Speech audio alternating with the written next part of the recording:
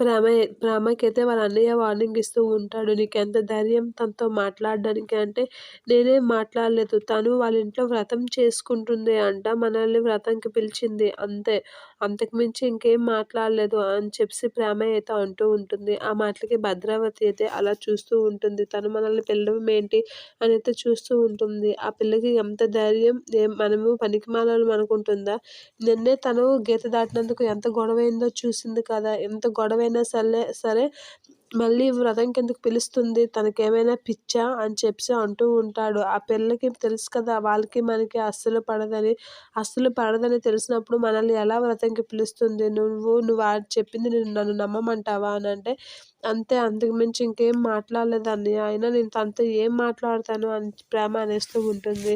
అయినా తను మనల్ని వ్రతంకి పిలవడం ఏంటి? మనము అంత చేతగాని వాళ్ళం అనుకుంటుందా? అని చెప్పేసైతే వాళ్ళ అన్నయ్య తిడుతూ ఉంటాడు. ఎందుకురా దీన్నే మనం క్యాష్ చేసుకోవాలి. వాళ్ళు వ్రతం చేసుకొని ఇంట్లో సుఖంగా ఉండాలనుకుంటున్నారు. కానీ మనము ఆ వ్రతాన్ని చెడగొట్టి వాళ్ళకి కీడు జరిగేలా మనం చేద్దాం అని చెప్పేసి భద్రావతి అయితే అంటూ ఉంటుంది. "ఏం మాట్లాడుతున్నావు అత్తయ్య? నాకు అసలేం అర్థం కావడం లేదు" అని చెప్పేసి అయితే అంటూ ఉంటాడు. "అదేరా, వాళ్ళు మంచి జరగడానికే కదా వ్రతం చేస్తున్నారు. ఆ మంచి జరగకుండా వ్రతం మధ్యలో అల్లకొల్లాలం సృష్టిస్తే అప్పుడు వాళ్ళకి కీడు జరుగుతుంది. మనశ్శాంతి ఉండదు. అందరూ ఏదో ఒక విధంగా డిస్టర్బ్ అవుతారు. అది చాలు మనకి" అనేది అంటూ ఉంటుంది. ఆ మాటలకి వాళ్ళ అమ్మాయికి అలా చూస్తూ ఉంటుంది. భద్రావతి అయితే అలా ప్లాన్ వేసేసరికి, "అయితే అది మనం ఎలా చేస్తాం అత్తయ్య? మనకెలా అవుతుంది? ఏం చెయ్యాలి?" అనేది అంటూ ఉంటాడు. "అది నీకెందుకు, నేను చూసుకుంటాను" అని చెప్పేసి భద్రావతి అయితే అంటూ ఉంటుంది. ఆ మాటలకి ప్రేమ వాళ్ళ అన్నయ్య అయితే అలా చూస్తూ ఉంటాడు. ఇక వాళ్ళ అన్నయ్యతో అయితే భద్రావతి వాళ్ళ తమ్ముడితో అయితే చెప్తూ ఉంటుంది.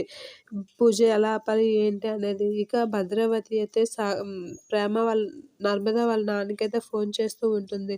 ఫోన్ చేసి పూజ ఆపడం గురించి ఏదో ప్లాన్ చేస్తూ ఉంటుంది. ఇదంతా తెలిసి ప్రేమ అయితే, అమ్మో! అత్తయ్య మళ్ళీ ఇలాంటి ప్లాన్ వేస్తుందా? ఏమవుతుందో ఏంటో అని అయితే కంగారు పడుతూ ఉంటుంది. ఇక వాళ్ళ వదిన అయితే ఎప్పుడు ఈవిడ ఇలాంటి ప్లాన్‌లేసుకునే ఉంటుంది అని చెప్పేసి అనుకుంటూ ఉంటుంది. ఇక భద్రావతి న న ప్రసాదరావు గారికి ఫోన్ చేసి రామరాజు మీద కంప్లెయింట్ ఇమ్మనైతే చెప్తూ ఉంటుంది పోలీసులకి. ఇక ప్రసాదరావు అలానే చేస్తూ ఉంటాడు.